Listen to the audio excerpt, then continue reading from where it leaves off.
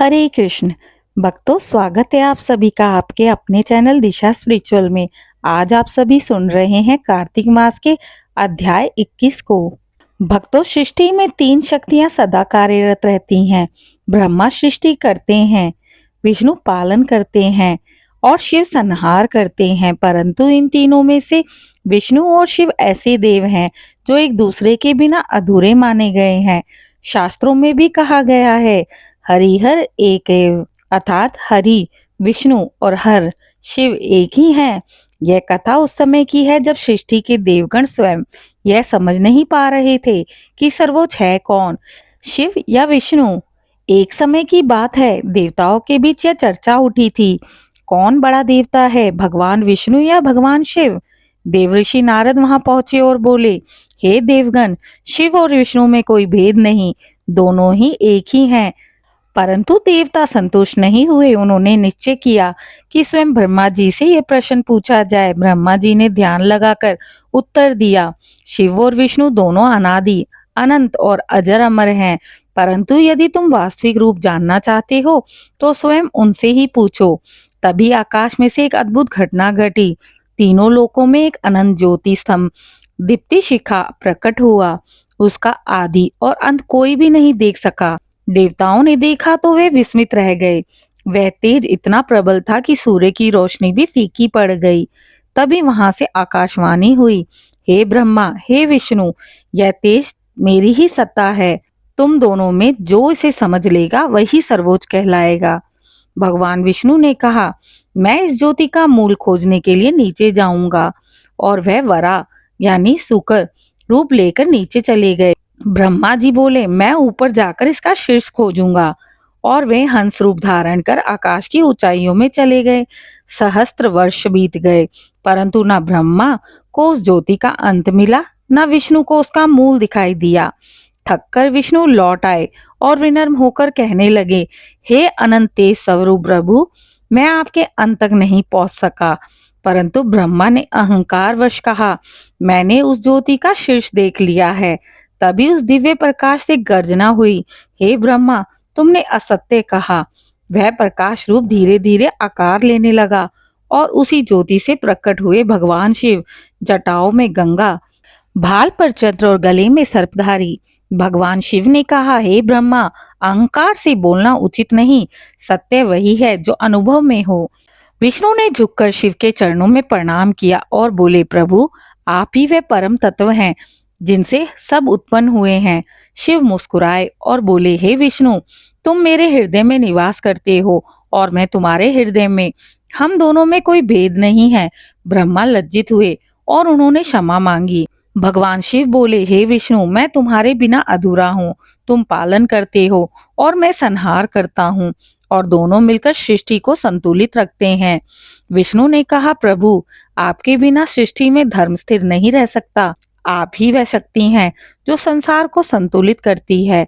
शिव बोले, जब तुम अवतार धारण करते हो, मैं स्वयं तुम्हारे सहयोग हेतु पृथ्वी पर आता हूँ। विष्णु बोले, और जब आप तांडव करते हैं, मैं आपका स्वरूप बनकर धर्म की रक्षा करता हूँ। इस प्रकार उन दोनों देवों की भक्ति देखकर देवता स्तंभ रह गए। तभी शिव और विष्णु ने एक अद्भुत रूप धारण करा, आधा शरीर विष्णु का और आधा भगवान शिव का। इस संयुक्त रूप को देखकर कहा गया, हरिहर। देवता बोले, जय हरिहर देव, आप ही सृष्टि के कारण हैं, आप ही पालन करता और आप ही संहारक हैं। शिव बोले, जो हमें भेद दृष्टि से देखेगा वह अज्ञान में रहेगा, और जो हमें एक मानेगा वही मोक्ष को प्राप्त करेगा। भगवान शिव ने भगवान विष्णु को वरदान दिया, तुम ही मेरे हृदय में नित्य वास करोगे, तुम्हारा स्मरण मेरा स्मरण होगा। विष्णु बोले, और आपके नाम के बिना मेरी पूजा पूर्ण नहीं होगी। तभी से दोनों की उपासना एक साथ होने लगी। शिव मंदिर में गोविंद नाम लिया गया और विष्णु मंदिर में शंकर का स्मरण होने लगा। एक बार की बात है, जब विष्णु भगवान बैकुंठ में ध्यान मगन थे, उसी समय शिवजी वहां पहुंचे। द्वारपाल बोले, भगवान विष्णु ध्यान में हैं, कृपया प्रतीक्षा करें। शिव मुस्कुराए, वह तो मेरा ही ध्यान कर रहे होंगे। कुछ समय पश्चात भगवान विष्णु ने अपने नेत्र खोले और बोला, प्रभु, आपका ध्यान करते हुए मैं तन्मय हो गया था। भगवान शिव बोले, हे विष्णु, मैं भी तुम्हारे ध्यान में रमता हूँ। यह भक्त और भगवान का नहीं, प्रेम और एकत्व का संबंध है। भगवान विष्णु ने अपने करों को जोड़कर कहा, नमस्ते देवा देवेश, नमस्ते शंकर प्रभु, नमः पशुपतिनाथ, नमो हर हरात्मने। आप ही ब्रह्म हैं, आप ही परम तत्व हैं। आपसे ही सृष्टि चलती है, आपसे ही लय होती है। शिव ने उत्तर में कहा, नमो नारायणाय, तुमसे ही मैं पूजनीय हूँ, तुम्हारे बिना मैं भी अधूरा हूँ। शिव बोले, जो शिव का पूजन करेगा उसे विष्णु का आशीर्वाद मिलेगा। भगवान विष्णु बोले, और जो विष्णु का नाम लेगा उस पर शिव कृपा बरसेगी। इस प्रकार दोनों देवों ने अपने भक्तों के लिए यह संदेश दिया कि सच्चा भक्त किसी एक देव में सीमित नहीं रहता, वह सब में एक ही परमात्मा का दर्शन करता है।